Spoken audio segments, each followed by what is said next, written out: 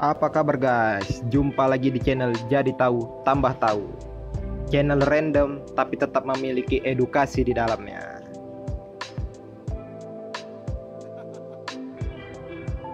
Kali ini channel Jadi Tahu Tambah Tahu akan membahas apa saja tes kesehatan yang dilakukan pemain sepak bola ketika akan bermain pada klub atau tim sebelum resmi pindah ke klub yang membeli mereka. Transfer atau pembelian pemain dalam sepak bola sebetulnya tak cuma soal harga. Pemain yang menjadi incaran klub harus melalui uji kesehatan sebelum resmi pindah klub, dengan standar yang berbeda di tiap klub pastinya. Transfer bisa dipertimbangkan ulang jika pemain tersebut dinilai kurang sehat.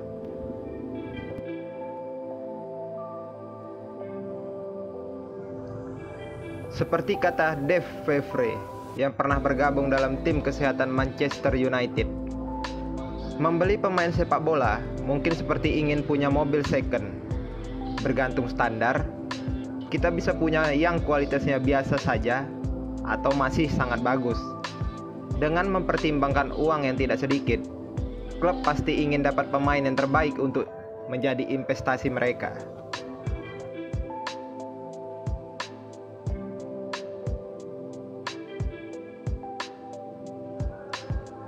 Menurut Favre, tiap pemain biasanya punya waktu 2 hari untuk menyelesaikan tes kesehatan. Namun waktu biasanya lebih sedikit jika sudah dekat dengan tenggat waktu. Selanjutnya tim fisioterapis, fitness, dan dokter akan memberi masukan pada pelatih serta jajaran eksekutif klub sebelum resmi melakukan transfer pemain. Dan berikut 6 poin yang diuji dalam tes kesehatan pemain sepak bola.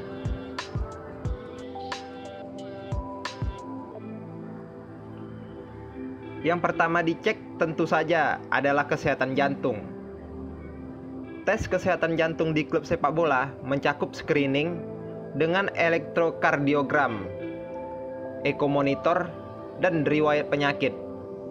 Uji lainnya adalah cek kebugaran, tes darah, dan urin tes untuk mendeteksi adanya protein atau keton yang mengindikasikan adanya penyakit tertentu, misalnya diabetes.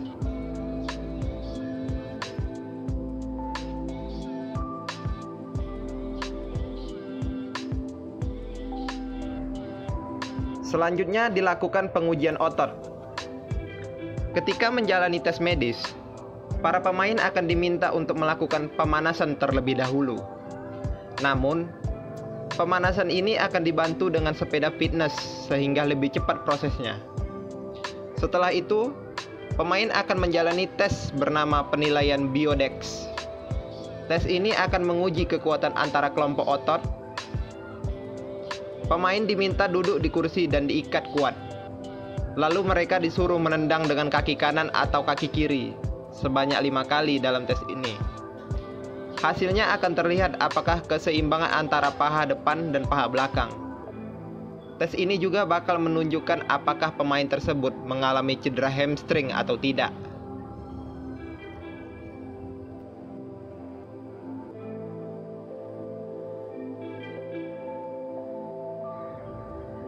Selanjutnya dilakukan pengujian stamina. Pemain akan dites VO2 untuk mengetahui kebugaran dan stamina pemain. Para pemain akan diminta berlari di treadmill sembari dipasang sebuah alat di mulutnya. Hasil tes akan menunjukkan apakah pemain tersebut bisa langsung diturunkan dalam laga selanjutnya atau tidak. Atau justru pemain tersebut harus diasah lagi kemampuan fisiknya sebelum bisa turun ke lapangan. Seperti kata Dr. Wells yang bekerja di Asosiasi Sepak Bola Inggris, setiap pemain sangat unik, jadi kami harus memberitahu kalau pemain tersebut punya potensi masalah.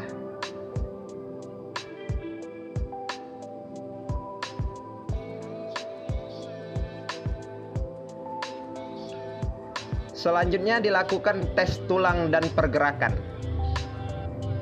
Tes yang wajib dijalani pemain adalah tes tulang dan pergerakan.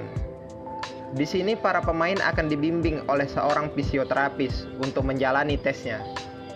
Pemain disuruh melakukan gerakan-gerakan yang difokuskan pada pergelangan kaki, lutut, dan pinggul. Maklum, 3 bagian itu sangat krusial bagi pesepak bola.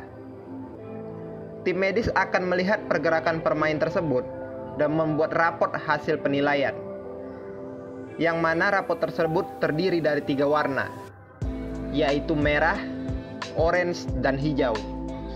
Merah berarti pemain tersebut berisiko tinggi untuk direkrut karena cederanya parah.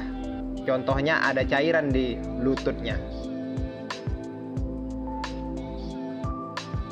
Kata Steve Kemp, fisioterapis timnas Inggris, orange berarti pemain tersebut punya kelemahan di otot atau cedera ringan. Meski masih layak direkrut, semua hasil tes medis akan digabungkan dan menjadi rekomendasi bagi manajer atau klub. Jika pemain tersebut terindikasi punya cedera lutut serius dan diberi kontrak 5 tahun, tentu ini kerugian. Bisa saja klub hanya memberikan kontrak 1 atau 2 tahun dengan opsi gaji sesuai jumlah laga. Hal seperti inilah yang melindungi klub.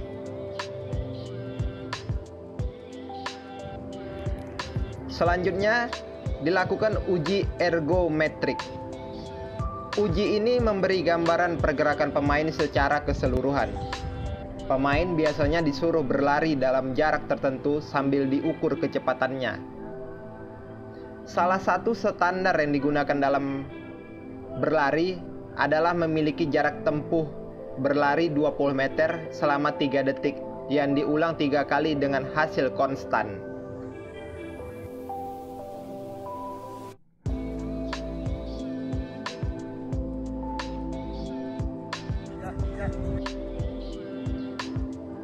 Selanjutnya, dilakukan pemeriksaan mendalam. Untuk mengetahui sejarah kesehatannya, tim biasanya akan merujuk pemain melakukan pemeriksaan ke rumah sakit tertentu. Pemeriksaan dengan magnetic resonance dan ultrasound bisa mengetahui lebih cermat kondisi seluruh sendi dan otot pada manusia.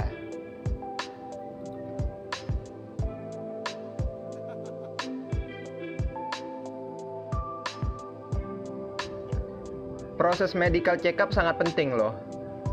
Berikut ini ada nama-nama bintang besar sepak bola yang gagal transfer ke klub barunya karena memiliki masalah di bagian tes medis, sehingga transfer mahal yang dilakukan menjadi gagal.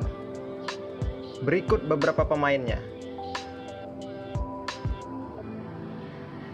Yang pertama ada Radamel Falcao.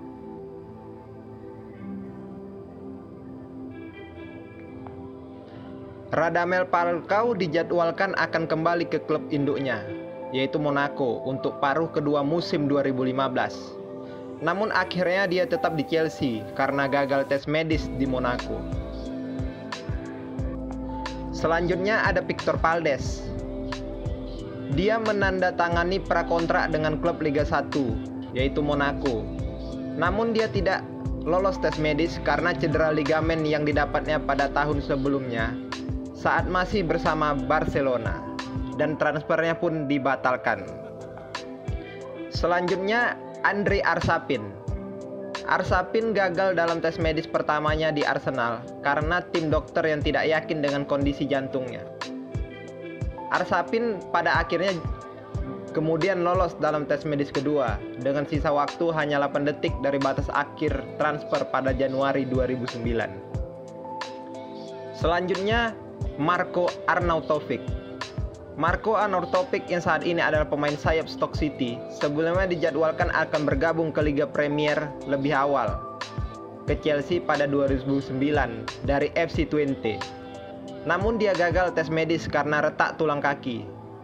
Transfernya yang senilai 12 juta pounds dibatalkan.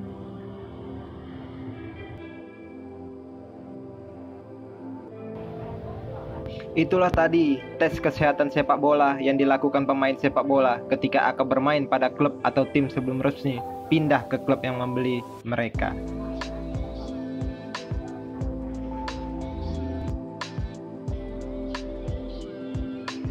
Jangan lupa di sub, like, komen, dan share channel ini sehingga kalian selalu mendapat informasi terbaru dari channel ini. Ingat, jadi tahu tambah tahu. Terima kasih.